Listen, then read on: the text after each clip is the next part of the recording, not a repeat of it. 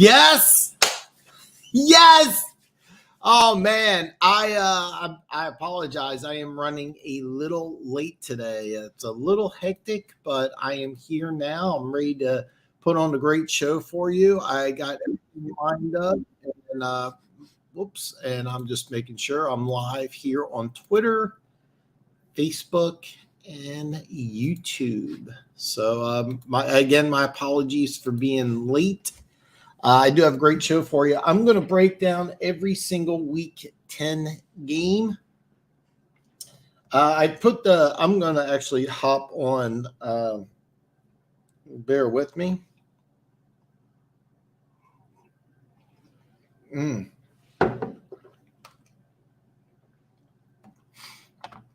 going to hop on DraftKings here, and I'm going to give you the up-to-the-minute lines. I went ahead and lined in earlier today. I didn't. There's been a lot of movement in the NFL. There's been a lot of movement this week, so I want to give you the up-to-the-minute stuff. I do have the weather reports. There's really no adverse weather conditions. The only game that's going to have some adverse weather, Buffalo, possibility of rain and snow combined with 15-mile-an-hour winds. So that's the only game. And it looks like there is a line change here with Detroit, Tennessee. Buffalo is free falling, but I'm going to go over all those games here with you. Like I said, I'm very excited to be here. It's Friday night. What else would you rather do? I got coffee, but I also got an energy drink because I'm that type of crazy.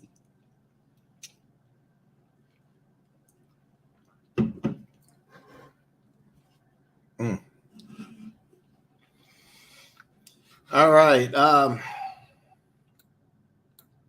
case you didn't get a chance to see it, Thursday Night Football, rather entertaining game, and it makes this game in Germany very, very important. Tampa Bay has a chance to really get a lead here in what is ironically the worst division in football. What's really even crazier is that a 2-win team in the Saints, if Tampa Bay loses and the Saints win, even though they would be, I believe it would be 3-6, they have a chance. Believe it or not, they actually have a chance for the playoffs. What a crazy season. The Saints at they're 3-6. So the Saints at 4-6 have a possibility to win that division. It's just a crazy, crazy season. So.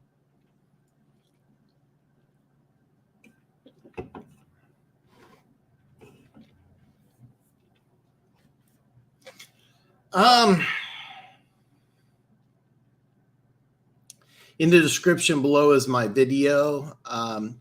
Me and Denver Gator put together. He's been red hot this year. He's got 3 games that he picked, and I gave you the 2 games that I put action on. And if you're tuning into the live stream, I'm going to go over those games in a little more detail. So, I'm going to jump right in. The first game on the docket, Seattle at Tampa Bay. The line is this is really interesting because I think that the line on this game is a little messed up. I think Tampa Bay is a 2.5-point favorite. I actually think Seattle should be favored. Use that proper English here. So I think Tampa Bay should be the team that's favored. 2.5 points. I really think Seattle should be favored here. The over-under is 44.5. Weather won't be an issue in this game. Even though I'm going to talk out both sides of my mouth, because even though I firmly believe that Seattle should be favored, I'm picking Tampa Bay. I think Tampa Bay does win this game. I think that it cannot be overstated how well Seattle's been playing. You got 2 rookie tackles, Kenneth Walker, a rookie. They're switching defenses. Tarek Woolen, a 5th-round pick.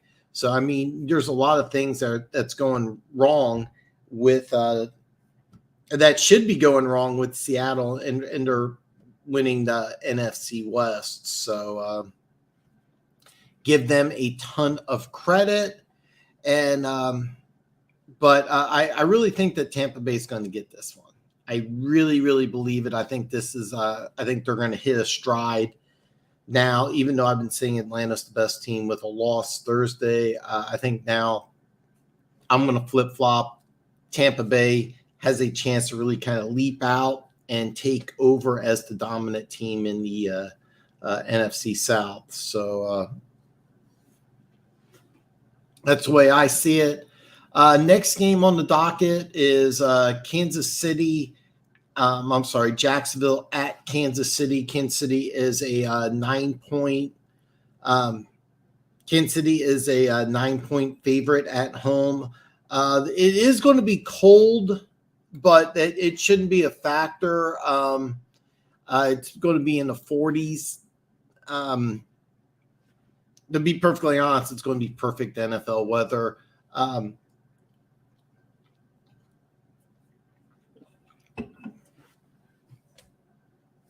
going to be honest here. The over 51.5 is an interesting number. I actually like the under in this game. Jacksonville's passing defense hasn't been playing well, but the overall front seven's solid. There's some speed and athleticism. They've been keeping games close, so I don't like Kansas City to cover 9. I think they definitely win. I could see something like 28-21, 27-20, where Jacksonville keeps it relatively close, but they're not in Kansas City's league.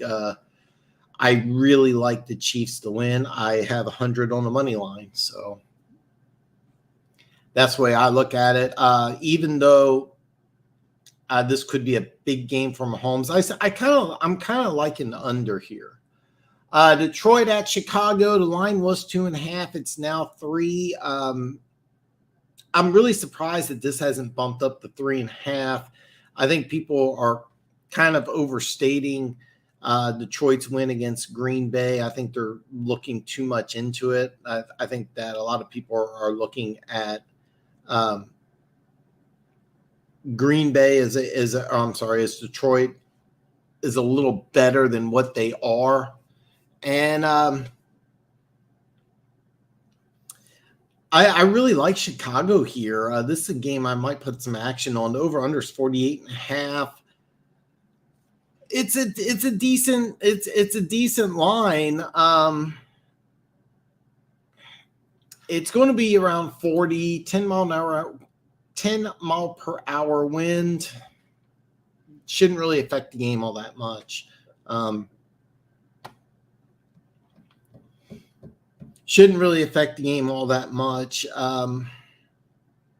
I would lean towards the over, but I'm not 100% sold on it.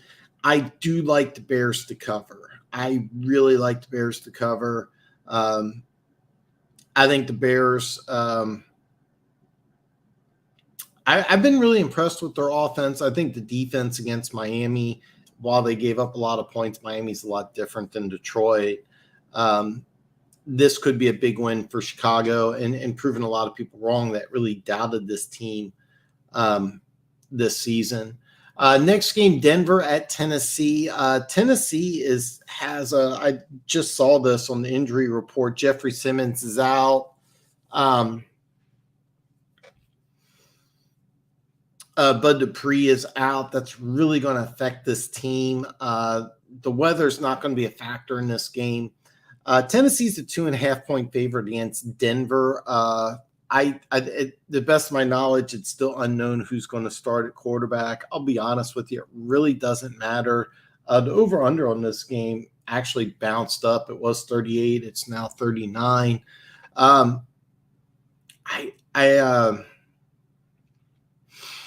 I I like Tennessee here, but Simmons being out is a big deal. I also, even though it's 39, I would never take an under.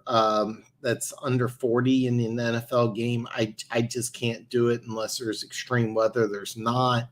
Both offenses are struggling. I still like Tennessee. I like the under.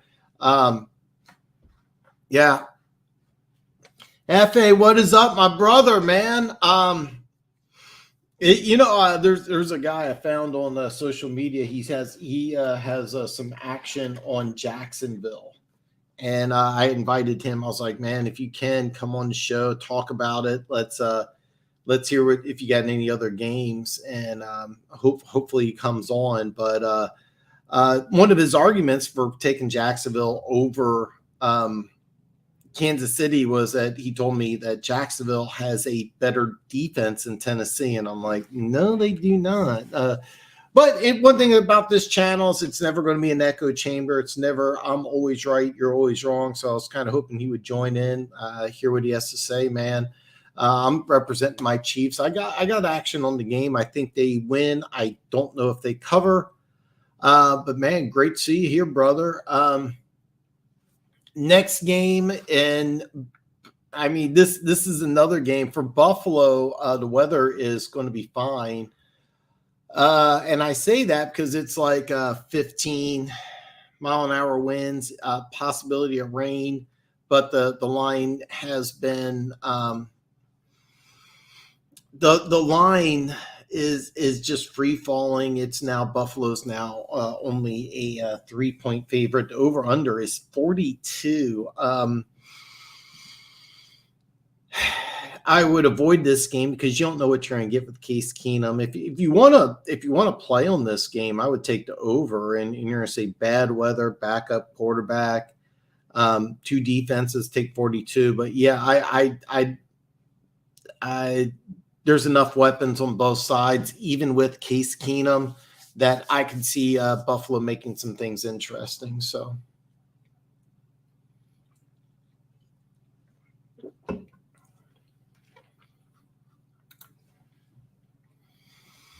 Josh Allen hurt. I don't see the Bills winning. I think you mean winning with Keenum. That's the whole thing, is that nobody knows if Allen's going to play or not. My gut reaction is that he is going to play. I think that Allen is going to play. I just don't think he's going to be 100%. I think they're going to custom the game plan around him. I've been saying this for a while. Buffalo's not doing him a favor. Buffalo's not doing him a favor by all those direct runs. I really thought that would stop. It hasn't. It hasn't. So, yeah, it's and that's the reason why the line's free falling. I do like Minnesota in this game, but I can't pick them to win at Buffalo. Not yet. I do like the over in this game, even though the weather is going to be a little bit of an issue. We'll have to find out when the starter is announced for Buffalo what the line's going to do. I would avoid betting on this game. Denver Gator, yeah. I started late. I started about 5 minutes late. That's on me. Funk put some comments in during the week. I haven't heard from One Pride. So, yeah, my Lions fans, normally they're in the house. They haven't been, but Funk sent some comments on some of the shorts I did, our video, which I thought was really good. I actually really liked it. I thought I did good. I toot my own horn here a little bit, but I thought I did a pretty good job on the music. Like, you could hear all your comments. I thought it was a fantastic video, to be perfectly honest. Maybe I should have expanded more on the logic behind my picks. I might make the video longer in the future. So that could be it.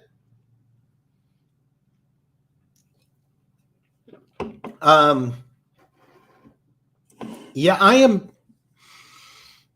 behind. I showed up late, and that's on me.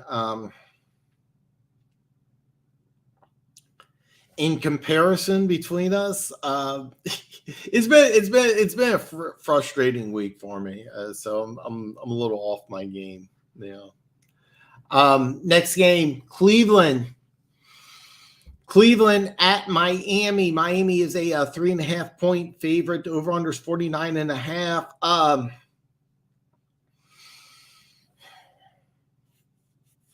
Man, this is a tough one. This is a real tough one. A lot of people are really high on Miami. Tim, my buddy, has a great question. Who would I put action on to win the AFC East? And that's the whole thing, is that I wouldn't put action on Miami. So this is a tough one because they're at home. They're favored by 3.5. Weather in Miami should not be an issue. It's going to be in the 80s.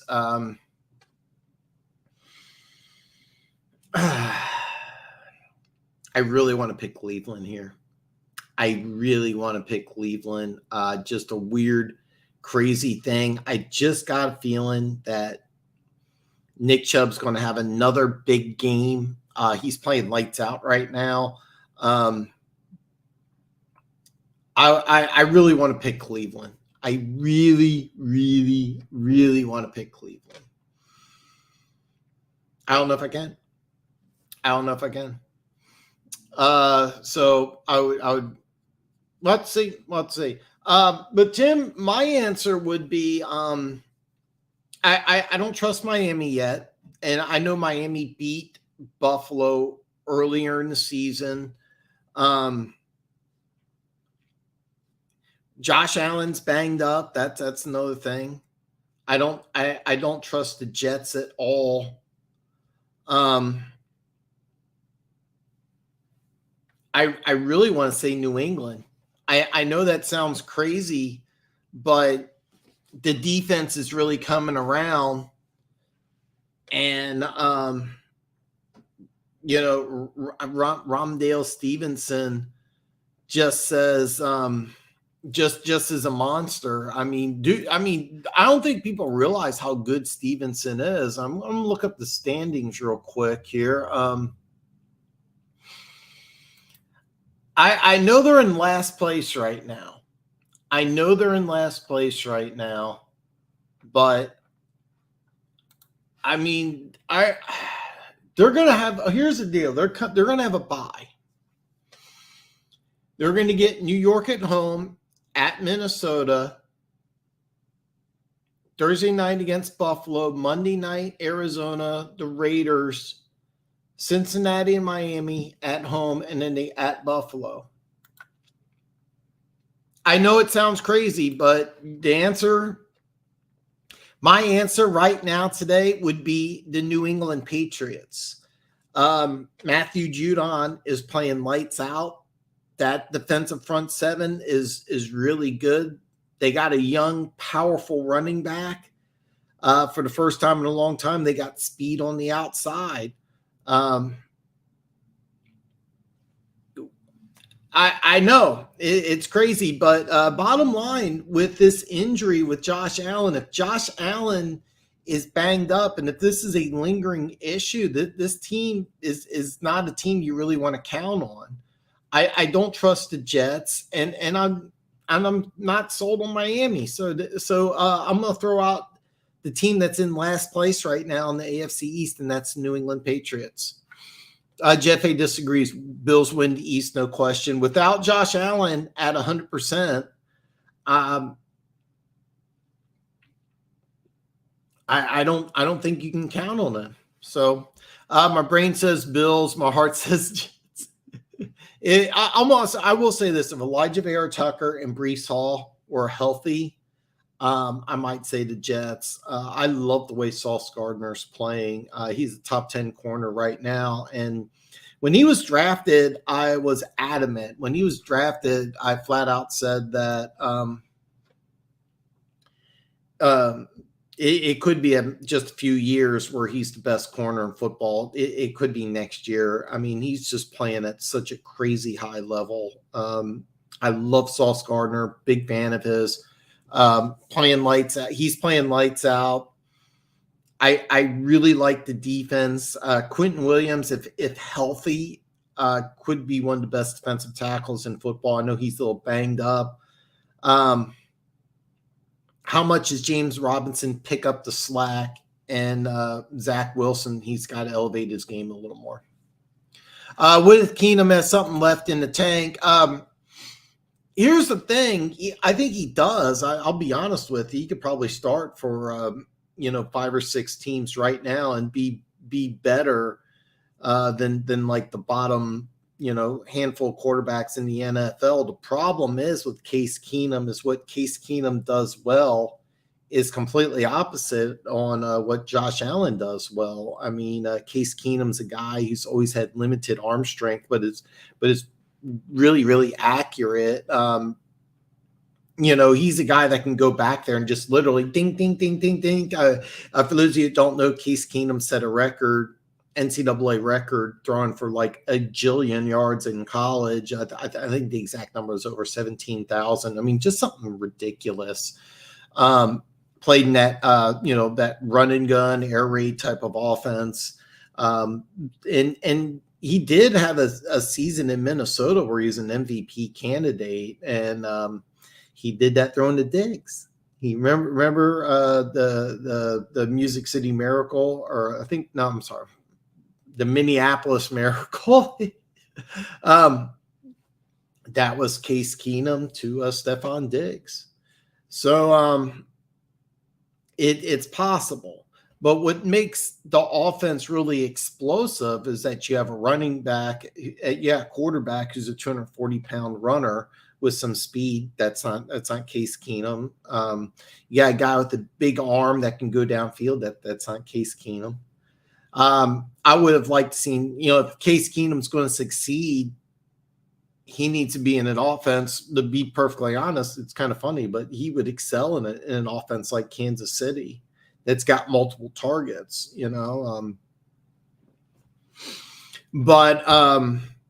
as far as Buffalo being a team, if Josh Allen's banged up with a lingering injury, they're in bad shape. They really are. I don't think the defense is as good as people think it is. They also have a lot of injuries on that defense. The Jets, Breece Hall looked like he was going to be a star, and their best offensive lineman was Elijah Vera-Tucker. He's out. So, like I said, I'm giving you a credit. I know I'm nuts. I'm all jacked up on coffee and a C4 energy drink.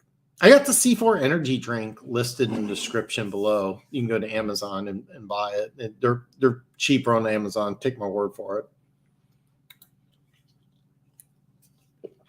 I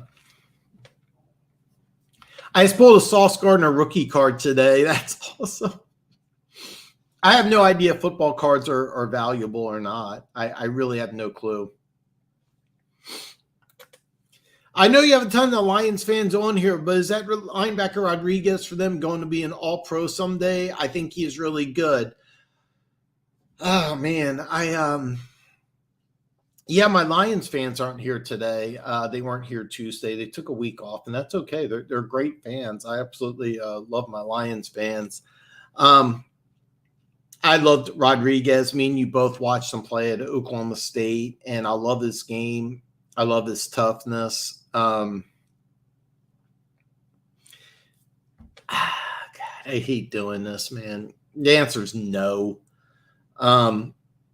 This is one of those great feel-good stories that you love to see, and he's a guy that I'm always going to pull for. I loved watching him play at Oklahoma State. Loved watching him play at Oklahoma State. Love watching him succeed, and I always pull for him. The answer is no. He really shouldn't be a starting NFL linebacker. This isn't a story like Zach Thomas or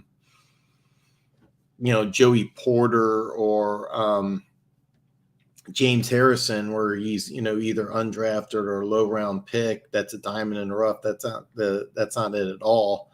The problem is that he's on a team that really doesn't have a lot of talent, and he's making the most out of his opportunities. I love his game. I love the player. I love the person. All pro, no. There's a very good chance that he may not even start next year. That's just the nature of the beast. They had an inside linebacker from Purdue they were really, really high on, and Rodriguez basically took his job. In that 3-4 defense, you have two inside linebackers, and I saw them both playing against Green Bay at the same time. But to be honest, going into 2023, both their jobs are in jeopardy. And it sucks because I got be the bad guy here and tell you that a guy that I love to watch and I love to play, that I love to pull for, but no, all pro, no, he's just not that. He's not that guy. That's all. I mean, dude is 6th round. There's a reason why he was a 6th round pick. That's the hard truth. But I've been wrong before. I kind of hope I am wrong because I love this guy. Rodriguez won't be considered Pro Bowl because he's well. Okay, so what it is that like you have an All Pro team, and it's funny. There's a lot of guys that make first team All Pro that don't go to the Pro Bowl. The Pro Bowl is a popularity contest. The All Pro is his own performance, but I just don't think he's that good. It's hard to say.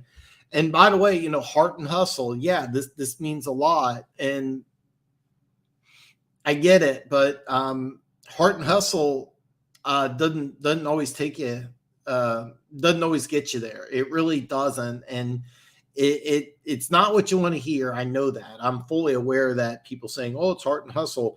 I remember they interviewed Bill Parcells, and they were talking about a college player, and they're saying, "Well, what do you do if you take a guy who's like an inch too short or a second too slow and what do you do?" And you say, well, let's say you take a guy who played tackle in college, but he's like, 6'2" and doesn't have the physical attributes. And the person interviewing Parcells was trying to get him to say, oh, if he shows enough heart and hustle, just like you're saying. And Parcells just shut him down. He's like, no, you have to have certain physical requirements to play in the NFL. And it takes more than heart and hustle. I mean, you got to have certain physical requirements. And I'll be honest, I think that if he went to a different team, he may not even be starting. And, you don't want to hear this. I understand it. I'm the bad guy here. I'm the guy who's saying the negative things here. But yeah, I mean, it takes more than heart and hustle to play in the NFL. It really does. I want to tell you that it I really wish I could tell you like this guy's going to make it and he's got the heart of a lion. And no, that's just not it. Next game is Houston at the New York Giants. Weather's not going to be a factor in this game. The Giants, this has been bouncing around a little bit. The over-under is now 40. I'm sorry. The line is now the Giants 4.5. It's been bouncing around 4 to 5, 4 to 5. It's now 4.5. The over-under is 41.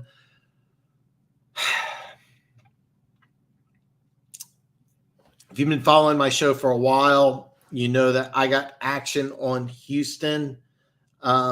Yearly total wins. I need 4.5 wins, and they're at 1.5. So this is one of those things where I really need Houston to win. I really need Houston to win. Yeah, all the metrics tell you the Giants. I'm just gonna let you know.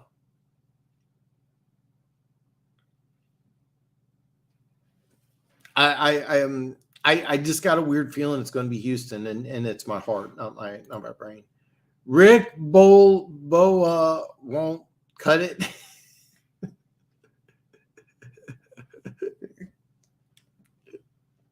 I think he's trying to say Rocky Balboa. But yeah, it's and by the way, I Tim, you know that I always say this every year that I don't watch college football um, as much as I want to. But I do enjoy college football, and I watched a lot of them at Oklahoma State. He's just I didn't see a guy that the game translates, unfortunately. So yeah, yeah. I'm the bad guy here. I'm the jerk. I get it. Am I betting on Houston to win this week? No. Is it an upset pick? Yes. And a lot of it has to do with the fact that I need Houston to get a win. But here's the deal: when you're the Giants, you've been really overachieving. You have an offense that's been doing pretty good against the run. Seattle kind of shuts you down. I know that the defenses are a little different, but bottom line, Houston played Philly pretty tough. I just something about this game. It just seems I'm not sold on the Giants, and it's just this weird thing. I think Houston just pulls an upset here. I really do. I no logic behind it. Next up, Saints at Pittsburgh. Pittsburgh's a 1.5 point home dog. Over unders 40. This is a weird one because the Saints with a win puts themselves in playoff contention. The Steelers are kind of falling apart here. Both teams really underachieving. Steelers off of a bye. You got Tomlin. That it's really hard to go against Tomlin. TJ Watt comes back. What kind of an impact will he have? That's going to be really interesting. There's a lot of questions regarding this game. I do like Pittsburgh, and I think Pittsburgh wins this game outright. You could take the 1.5. To be perfectly honest, in this one, the money line's even money, 1.5 negative 110. I would just go Pittsburgh. Look, Pittsburgh at home. There's questions on both teams. Fresh off of a bye, you get Kenny Pickett a little more familiar with the offense. I'll be honest, the Saints are a team. There's no excuse for them to be a 3-win team. I would avoid this game at all costs because there's no excuse for them to be a 3-win team. There's none. So despite to be honest, if I'd say which one's a better team, I would probably tell you the Saints, but I don't go against Tomlin very often. Slasher's in the house. Yo, what's up, brother? Man, you should be very happy. There was an article in ESPN. I think you have to be an ESPN Plus. I just looked at it briefly before I came on about the Eagles going undefeated. I'm going to tell you this right now. The Eagles are the best team in football. Jalen Hurts is my MVP. They are not going undefeated. So I'm glad you're here, though, brother. I'm glad you're here, man.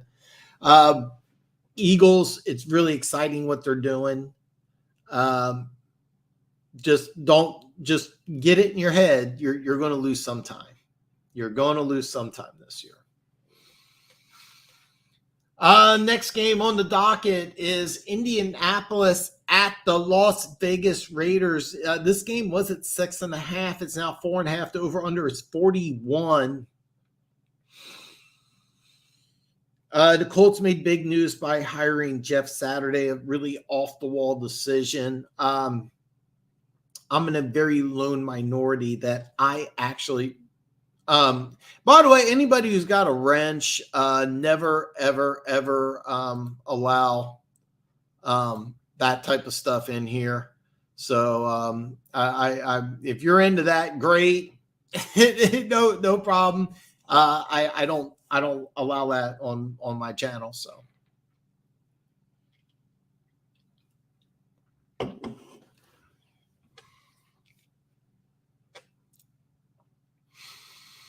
But All right, you know what?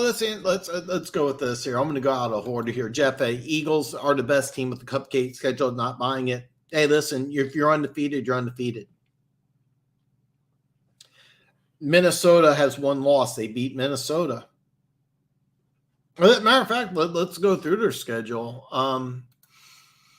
But everybody wants to talk about a cupcake schedule.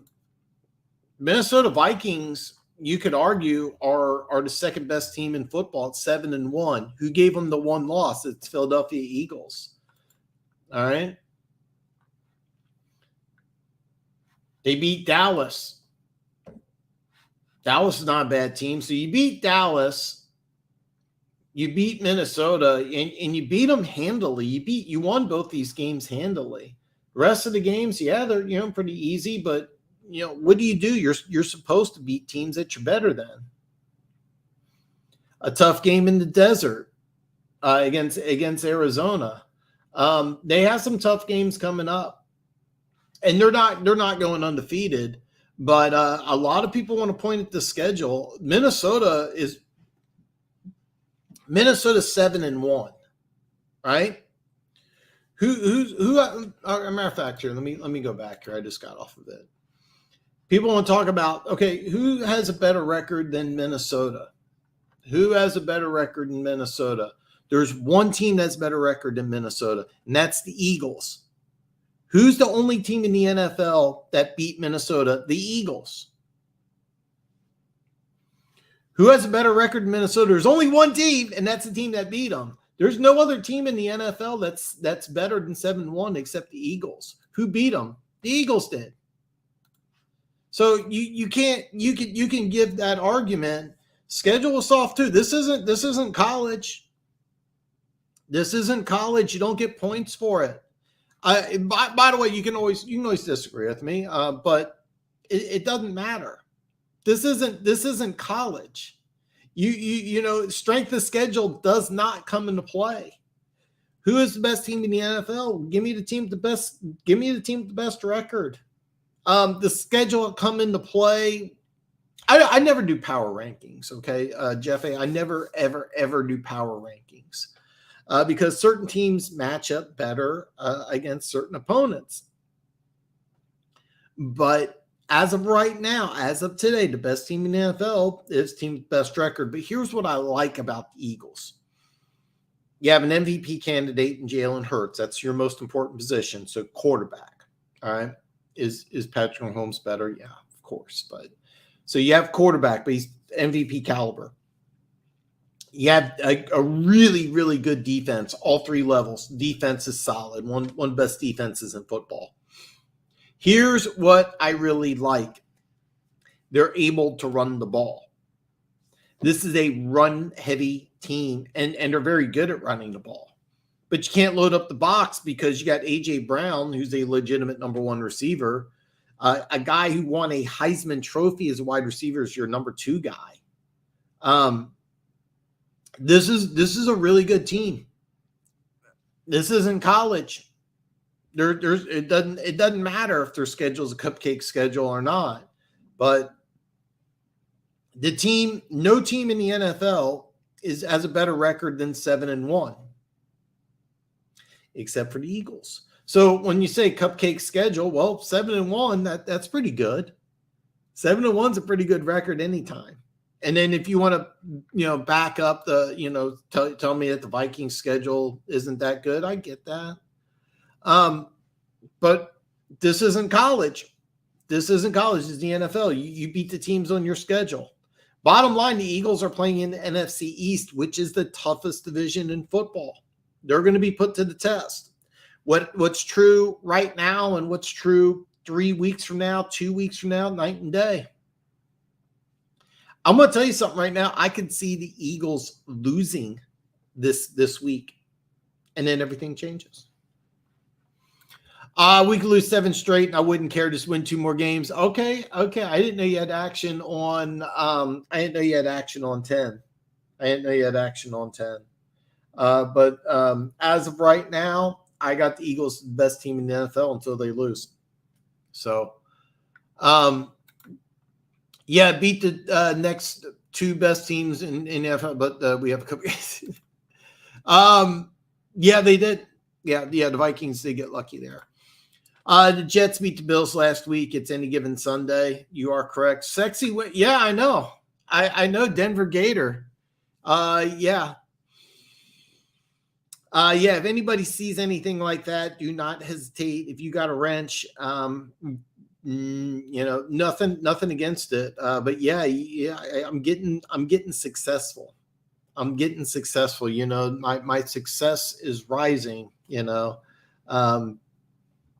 like not the video that you sent me. What was it? Tom Grossi, Brandon Perna, and I don't know that guy's name, but it's kind of funny. I'm going to be like, I'm going to watch a game at my dad's house. My dad's like 1 mile from that guy. I might just show up at his house one day and be like, put me on your YouTube channel. I would not do that. Maybe I would. I don't know. Was Allen hurt playing the Jets? They showed the play that looks like he got injured in. He wasn't 100%. And is that the reason why the Jets won? Possibly. Possibly, but I mean, it's a combination. Here's the thing: was it Allen being hurt? Possibly. Here's what I really think is that the Bills' defense isn't as good as people think it is, and then Allen's one of those guys that if you have him going back 50, 60 times a game and just ask him to pick your team apart, he's never been that guy. Can he do things that nobody else in the NFL can do? Yeah, he can. And is he an amazing talent? Yes. He's not that guy who's going to go back there and just ding, ding, ding, ding, ding. He's never been that guy. And they put him in a situation where, hey, and the announcers were wrong. They're like, this is a situation Allen thrives in. No, he doesn't. He's never been that guy that down by 5, 2 minutes left. Hey, he's going to score, count on, and he's never been that guy. I can't think of a single moment where he's had that, come back from behind type of drive. So I'm just curious because I don't know what D plays the most man coverage in the NFL, and is that team D a top 10? Tim, that's an excellent question. I know last year it was Miami. Remember, Miami gave a lot of money to Byron Jones, and they just lined up and played man almost all the time. And their defense, I at times was a top 10. I don't think they finished top 10. And there's a big discrepancy between defenses. Okay, a lot of people look at yardage, and that's the ranking. I always look at points. Points against is my indicator of a top 10. I know the Kansas City Chiefs play a lot of man. They like the blitz, and they play a lot of man. Are they a top 10 scoring defense? That is a good question. You know what, Tim? I should know this off the top of my head. I should be able to tell you that. But they are not a top 10 scoring defense. I thought Denver played a lot of man. Denver does play a lot of man.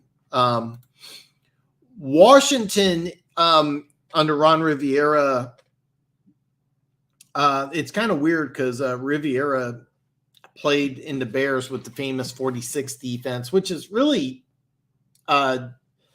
it used to just be a lot of blitzing and a lot of man. He's kind of tweaked it. He plays a lot of zone now. This season, I know one of the reasons why they got rid of 45 minutes into it, I'm drawing a blank. They just got rid William Jackson. Okay. Part of the reason they got rid of William Jackson is because they thought he was a guy that could excel in man. He did not this year. And that's why they released him. So so I don't know the answer to this, Tim, off the top of my head. And this is a phenomenal question. I always say if you have a question, I have an answer, and then you have a great question, and I don't have an answer. But as far as teams playing man, I couldn't give you an answer. I know the answer last year was Miami. I know that. And I know Kansas City does play a lot of man. Washington in the past, I don't know about this year because I know William Jackson struggled, and without Chase Young, I think they've played a little more zone. So yeah, I'll believe it come playoff. It's a weird season. Yeah. Dan, how do you feel about the Chiefs running game?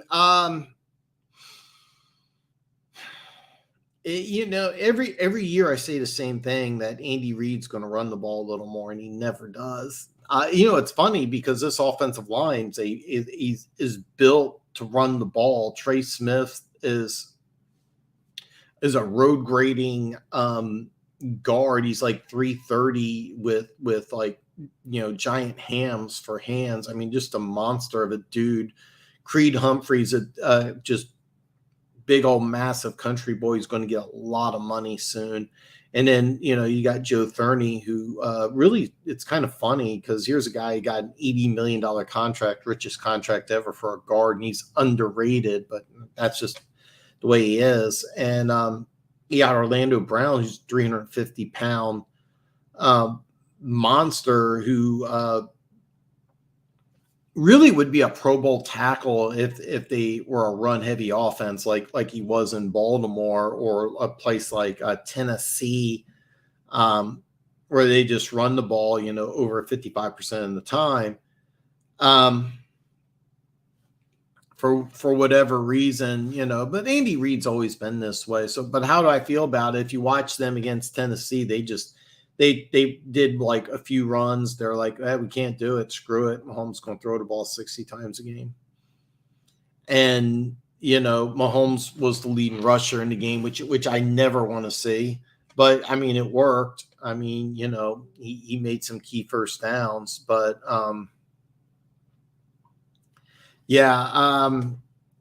I always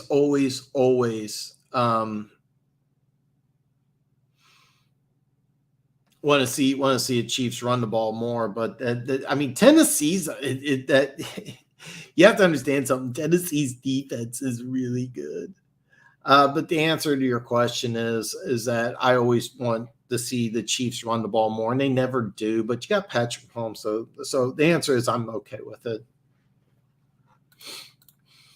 Creed Humphrey is a generational talent. It's funny you say that, because in Kansas City, they've been calling him a generational talent, and he's a guy that is playing lights out. I mean, just completely lights out right now. So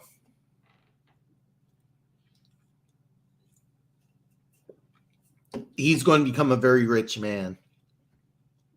And it kind of sucks because I like him and Trey Smith side by side.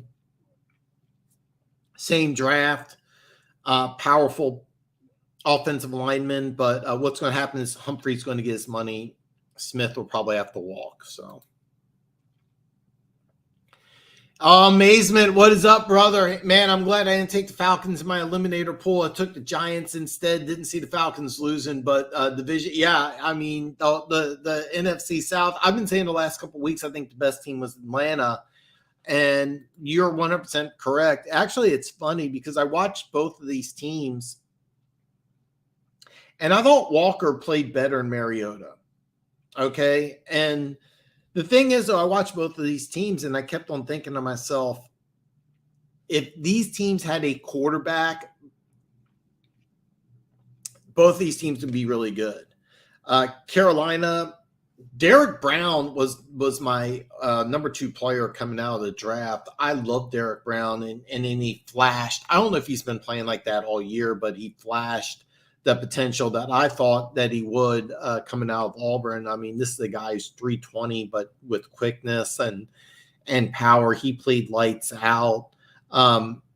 Dante Jackson's out for the year. That's a big loss. He's a pretty good defensive back. It was kind of funny because Matt Rule wanted all big, physical, tall corners, and Dante Jackson's like 5'10", 170, but he's arguably their best corner. He's out for the year. Dante Foreman, another guy that I never understood because when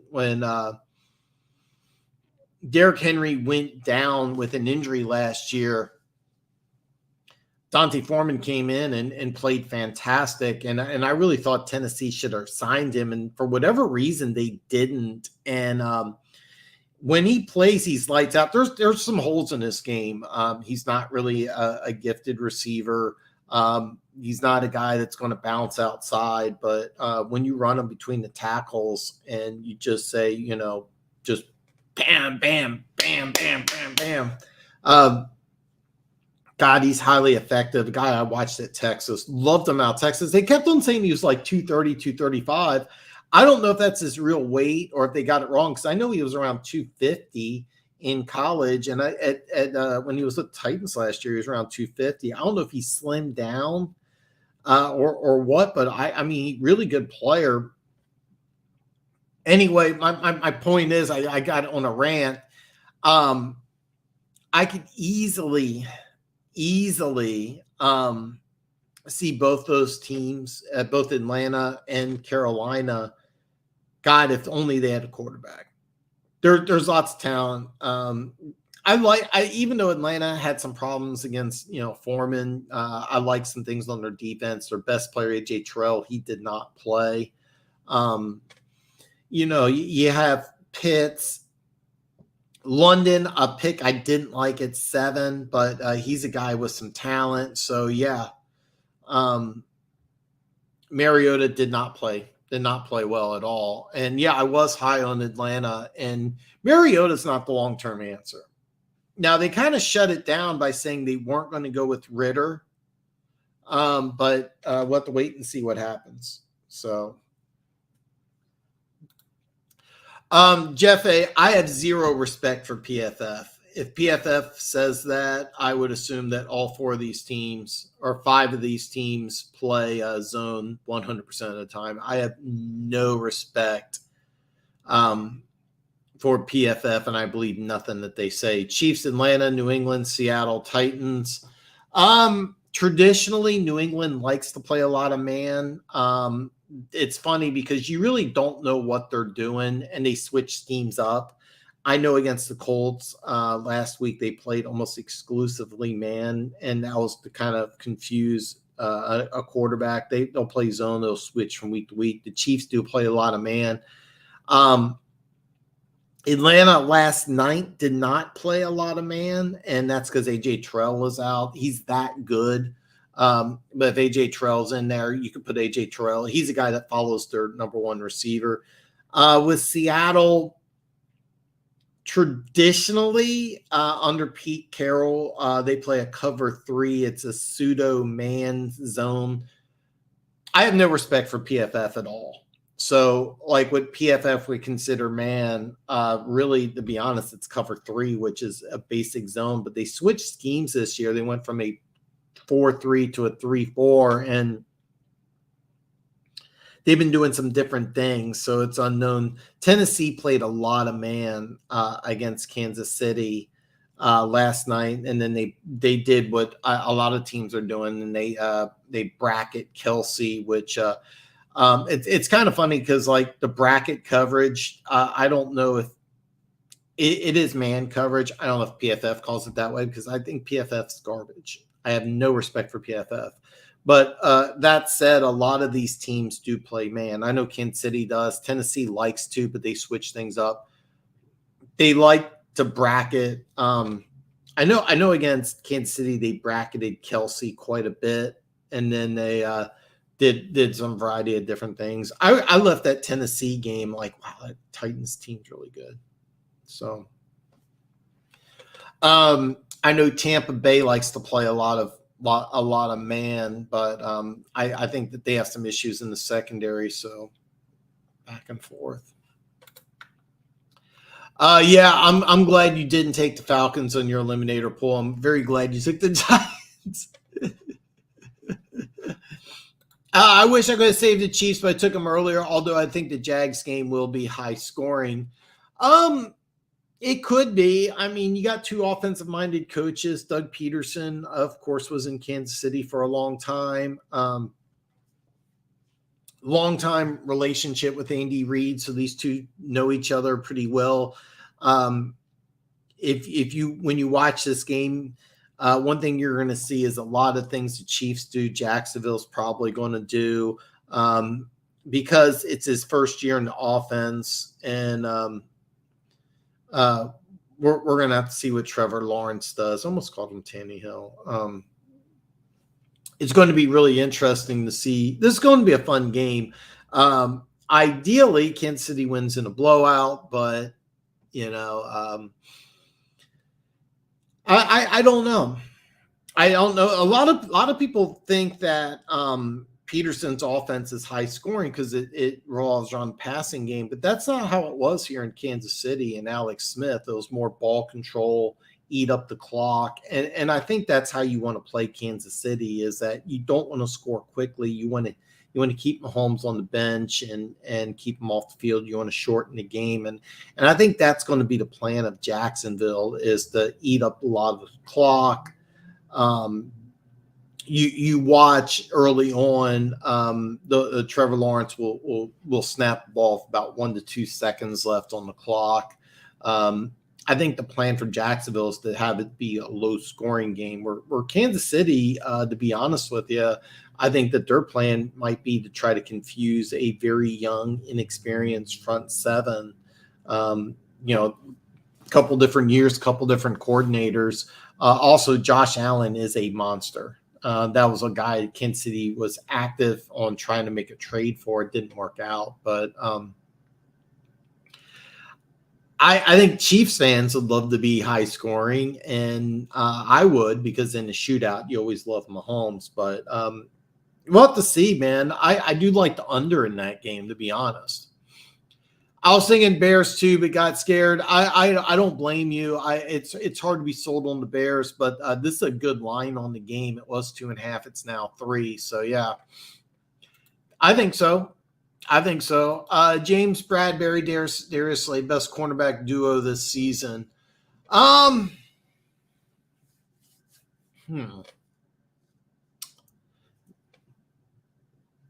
Man, that's a possibility. I have no idea how good. Well, according to this, I don't know where you got these numbers from, but if these numbers are right, then your answer is yes. If these numbers are right, then your answer is yes. Off the top of my head, I can't think of one that's better. I know Miami's corner duo has been banged up. Trying to think of another one off the top of my head. You could go with I know Denver's corners have been playing pretty well, but that's not oh man. I can't be mad at this. I would agree. If these numbers are correct, then the answer is yes. Wow, I think I saw both Stafford and Murray are questionable. Yeah, you got Stafford's questionable, Murray's questionable, Josh Allen's hour to hour. In the NFL, it's really more of a question of who's going to be healthiest going into the playoffs. And whoever's going to be the healthiest is going to be a team that you want to watch out for. But yeah, there's a lot of there's a long. If you follow me on Twitter, I retweeted Adam Scheffler not too long ago. He has an injury report and players are out. A lot of big names. Keenan Allen's out. Eric Armstead's out. That did not affect 49ers line at all. I know last night AJ Terrell did not play. That was a big loss for Atlanta. Would things have been different? Maybe not. I was really high on Atlanta, but Marcus Mariota. It's funny because both Marcus Mariota and PJ Walker, neither one of those guys are really the answers. And both teams with a better quarterback could be really, really dangerous. So, Funk, what is up, man? Seriously, you and One Pride, we kind of missed you. We really missed you. We were like, damn. Yeah, man, hopefully everything's good, man. I'm glad you're here. I broke down almost every single game. Man, I love having you here, but I will let you know that I feel pretty confident about the Bears this week. I'm just going to tell you that right now. So, man, I'm glad you're here, man. We actually had some interesting. We were talking about the Eagles. Are they the best team in the NFL? The schedule is soft, but they're the only team to beat Minnesota, and there's only one team that has a better record than Minnesota. So that was kind of an interesting back and forth. Who's best corner duo? So. It was actually funny. Me and Luke G were on the same page. Me and Luke G have been agreeing a lot. According to PFF, Kirby Joseph's like the second best safety in the NFL. I think it's comical. Luke G thinks it's comical. So it's going to be a run fest between the Bears and the Lions. It's going to be a good one. It's going to be a good one. Lock up those. Look up them running prop bets. If you are looking to put some action, hit me up tomorrow.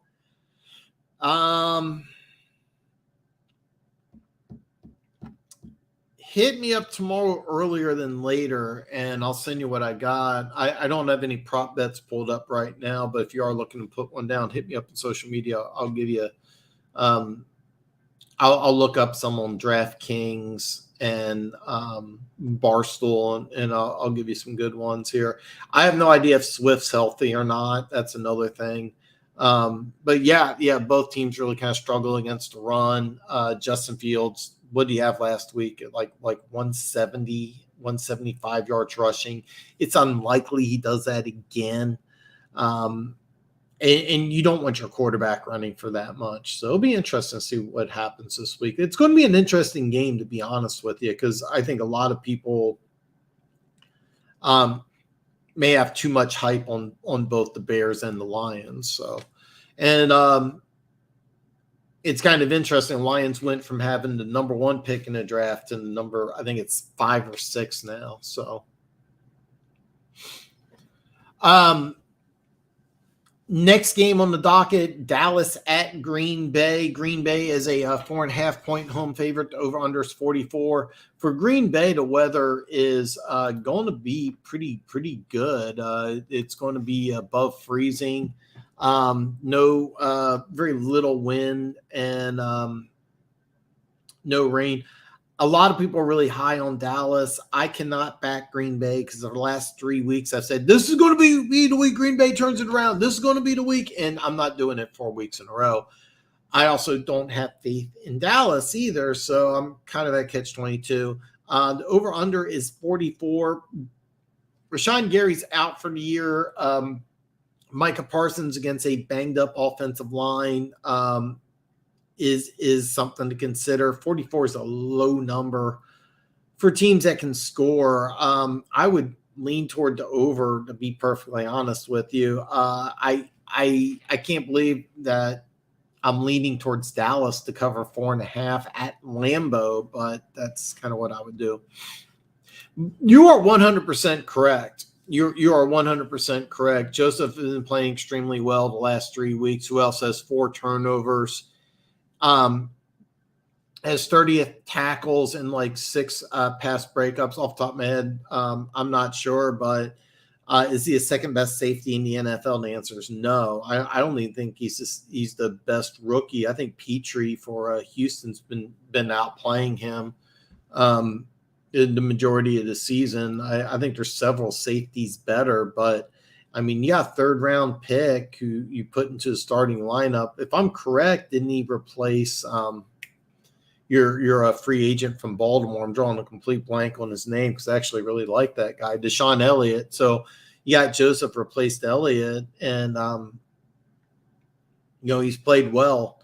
And keep in mind, you got a lot of young talent on that defense, and ideally they keep getting better and better and better. And you're going to have 2 first-round picks. You're going to have 2 second-round picks. You're probably going to get a player or 2 in the draft. So, this is a good thing. But Luke G's 100% correct that if you think this is the second best safety in football, you're just wrong. So Green Bay won't win another game and end up with a top 2 pick. Watch. Seriously, I was just thinking about that because I was going through the mock drafts, and I'm like, there's a very, very good chance that if Green Bay doesn't turn stuff around, they could end up with the 2nd pick in the draft or maybe number 1. And what do you do? What do you do? Do you take your quarterback? Do you go after Will Anderson? Do you take an offensive lineman at 2, which you really should do? I was looking at mock draft for guys like, I know Green Bay doesn't take a wide receiver in the 1st round, but we're going to take a wide receiver. And I don't think that's the answer at all. So I kind of was like, I don't think you really know what's going on with Green Bay because, if Green Bay ends up picking high, if they pick at number 2, what do you do? Because I don't think they want to take a quarterback. I don't think they want to take Will Anderson. They really want to fix that offensive line. And I don't know if they want to do that with the number 2 pick in the draft. But seriously, if they don't pick things up, they could end up with, I'm going to say top 5. I don't know what it is off the top of my head right now, but I've been looking at a lot of mock drafts, and that guy who has Green Bay taking a receiver with their 1st round pick, he's just wrong. They won't do that. They're going to try to do something with the offensive line. Seriously, Will Anderson with that would be an interesting pick because you got Rashawn Gary. Now he's out for the year, but when he comes back, he was playing really good. You got Preston Williams on the other side. Do you add another outside linebacker to that mix? It'll be interesting. Joseph didn't start till after week 4 when Walker got hurt, so he replaced Walker, not Elliott. Okay. And listen, this isn't a slam on Joseph. He's just not the 2nd best safety in football. That's it. There's nothing wrong with that. Made some turnovers the last couple weeks. That's great. These are all good, positive things. It doesn't mean that he's the 2nd best player in football. It doesn't mean he's Derwin James. That's best safety I can think of off the top of my head. But Jalen Holland for Miami last year, he flashed. I'm like, oh my God, is he really this good? He's been playing really well.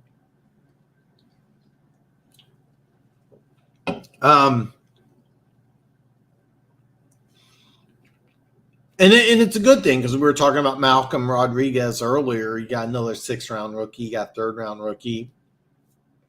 Hutchinson is really playing well. So there's some good young talent on that defense. There's some good building blocks in Detroit. So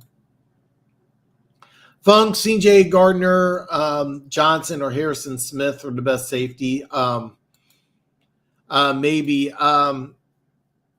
Harrison Smith is oh God, one of my all-time favorite players. He's dropped off a little bit. He could be a cap casualty.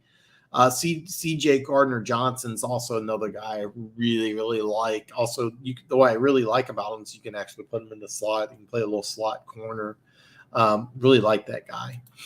I like Joseph, though. He's a great piece to build around. He's a guy I really didn't like him when they picked him in the 3rd round. I know the NFL Network had him as a 5th round prospect. I'm like, here's a guy only started 1 year. He started at Illinois. He didn't play that good, but he's playing really good. I didn't say he was, but Luke has been bashing everything. The Lions picked up $200K wide receiver this week. Luke says moves like this are the reason why Brad Holmes should be fired. One thing that me and Luke actually really are seeing eye to eye on a lot of things with the Lions. I think Brad Holmes is on the hot seat. I don't hate that move. I know what he's talking about. I don't hate it, but he wants a bigger move. All Lions fans should want a bigger move. You want that anytime your team's losing, but bigger moves aren't really what's going to fix this team. What's really interesting about the Lions is that you have some really good pieces. You have a lot of young talent on defense. You have one of the better offensive lines, and you have some skill position talent. Amon-Ra St. Brown's a really good receiver. DeAndre Swift, explosive tailback. I'm drawing a blank on his first name. Williams, running back's a tough, hard-nosed runner. There's some good pieces in Detroit. It's just you didn't say that, but the thing that sparked kind of the conversation was the idiots from PFF calling him the second best safety in football. And he's just not. Is he playing good? Yeah. But should Brad Holmes be – I'm not saying Brad Holmes should be fired. Is he on the hot seat? Absolutely.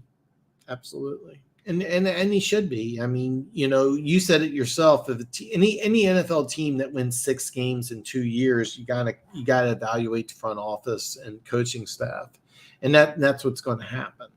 The NFL is also very fluid. They beat Chicago this week. Everybody's safe. It's a crazy business, man. It's a crazy season. So. Next game, I got Arizona at the Rams. The Rams are now a 3-point favorite. I could have sworn this has changed. Yeah, the Rams were a 1.5-point favorite. It's now 3. Over/under's 40. Hard to believe. Kyler Murray's on the injury report.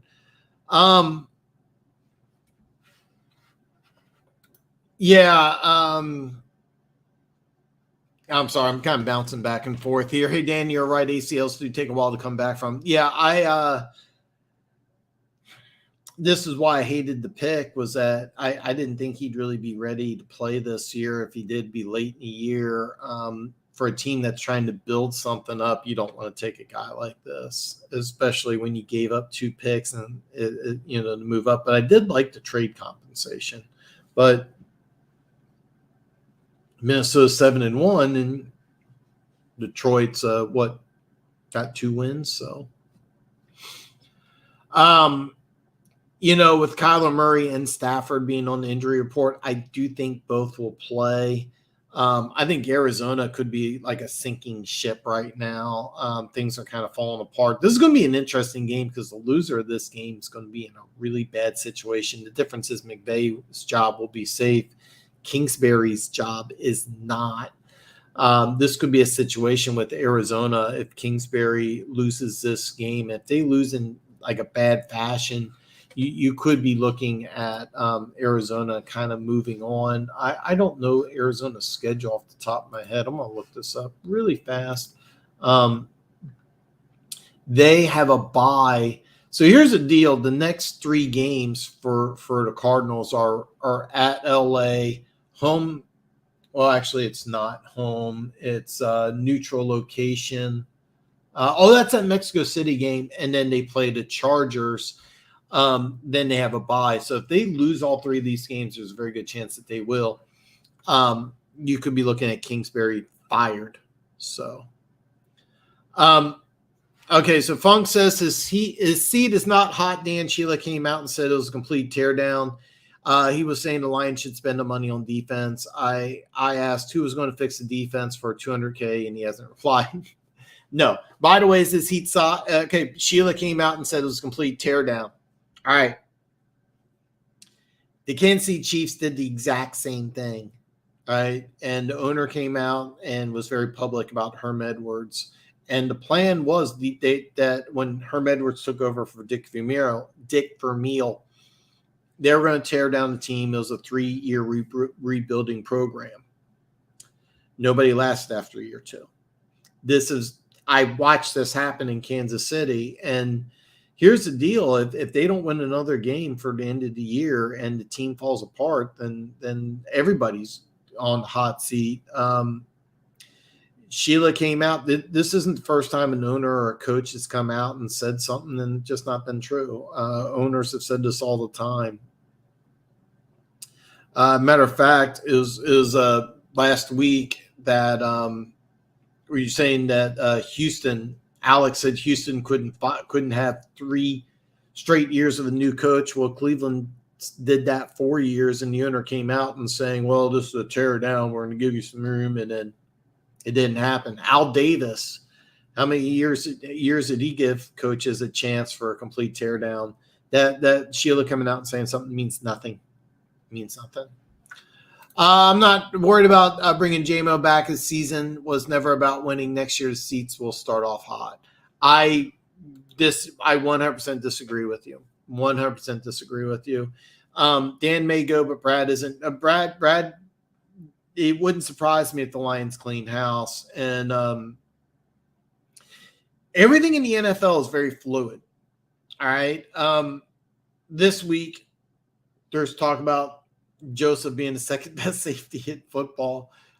Everything's should be happy in Lions land, but if they get beaten bad by Chicago, you're going to hear rumors and things coming up. So Dotson would work so well in the Lions offense, deep throat burner speed, and he runs good routes. Chris Olave is another guy that would have looked really, really good. Now keep in mind he was gone at 10. And then the Lions went ahead and traded. I'm sorry, gone at 11, if I remember right. In London, I was really surprised that he went at 7, if I remember correctly. So, there's some things, but Lions fans were telling me he's going to come back after like week 4 or 5, and I'm like, okay. And here we are, we're at week 10, and he hasn't even been on the field yet. So, Dan should give up his spot and ask for an OC position.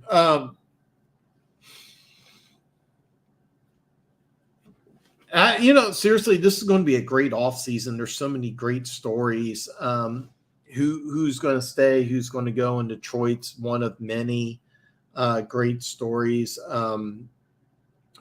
Seriously, Cliff Kingsbury could be gone in the next couple of weeks.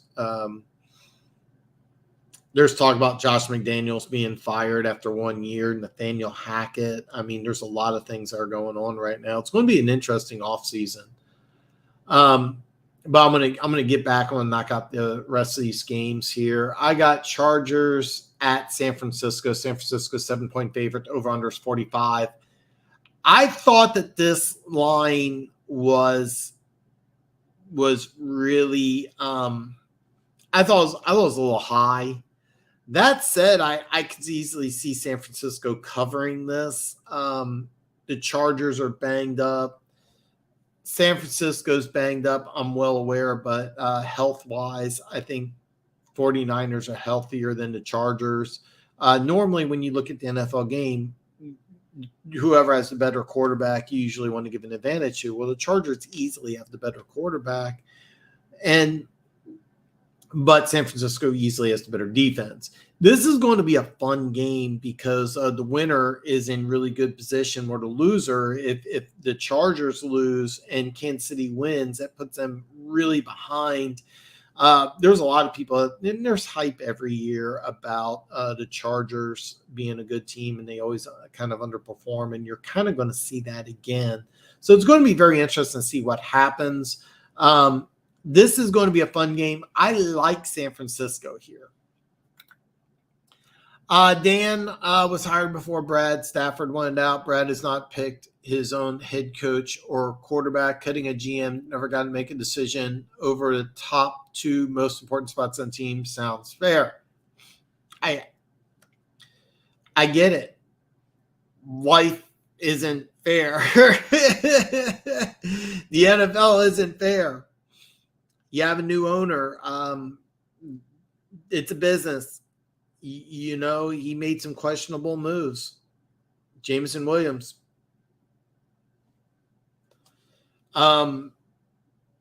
Life isn't fair, man. I get it. I get it. But look, if you win 5 games in 2 years, your job's on the line. That's just how it is. Have you already done the Lions? Yeah. My thoughts on over-under. My thoughts on over-under, I did do the Lions-Bears game already. My thoughts on the over-under was that I'm kind of leaning towards the over on this one, but you put a comment in there. You didn't think so, and you have a really good point because both teams are going to try to run the ball. Both these teams are going to play a little ball control, I think. So neither team really has a good defense. I think the Bears kind of was a fluke against Miami, and Miami, explosive offense, 2 rookies in the secondary. Giving up 38 to Miami doesn't really indicate that it shows that the Bears have bad defense. I think the Bears defense is better. I'm leaning towards over. I wouldn't really touch that one, but I almost put action on Chicago when they were 2.5. Last night they were 2.5. They're now at 3. I do like them to cover. I'd lean towards over, but I don't like the over-under on that game. Finally, Monday Night Football, Washington at Philly. Philly's an 11-point favorite. The over-under is 43.5. It's actually really great football weather for Philly. I like Washington to cover big time because I think this could be a surprise victory for Washington. You get Chase Young coming back. Washington plays better with Heineke. Yeah, I know they blew a 10-point lead to Minnesota late at home. I get that. I really, really do.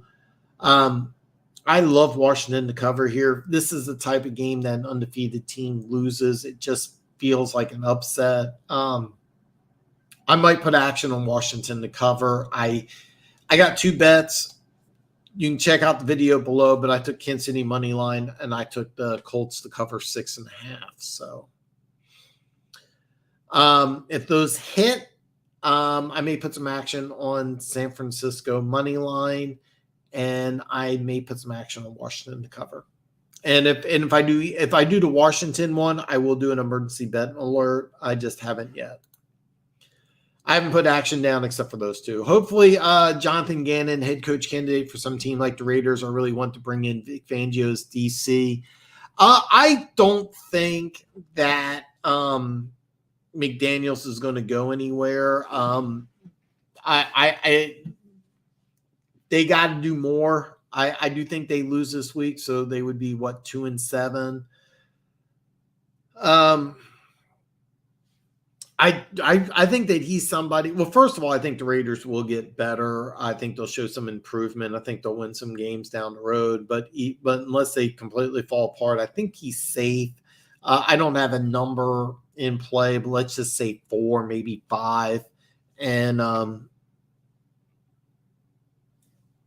that's kind of what's going on. I do think his job is safe now. Gannon.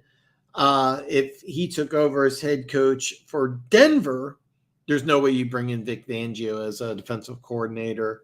So, but I don't think he'd go back as the Denver as the DC. I don't think. I've seen weirder things happen, but Fangio's a guy that I don't know. I don't know where Fangio is, and I don't know if he's wants to be a defensive coordinator. It's kind of an interesting thing. So, don't lose too much money now, Dan. Yeah, I've had a bad year betting on football right now, but I'm planning on making it back. Like I said, I got Kansas City on the money line, and I like the Colts to cover 6.5. That's a solid number. It's now 4.5. I feel really good about it. So I'm going to wrap up. Again, I apologize for coming on late. Check out me and Denver Gators video in the description if you haven't seen it already. Unless anybody's got anything, I'm going to wrap up and get off of here, man. I'll be back Tuesday, and I'll see everybody. Let me see here. Please keep McDaniels. Denver Gator loves McDaniels, so great show tonight, Slasher. Thanks, brother. I'm going to end it. Guys, have a good weekend.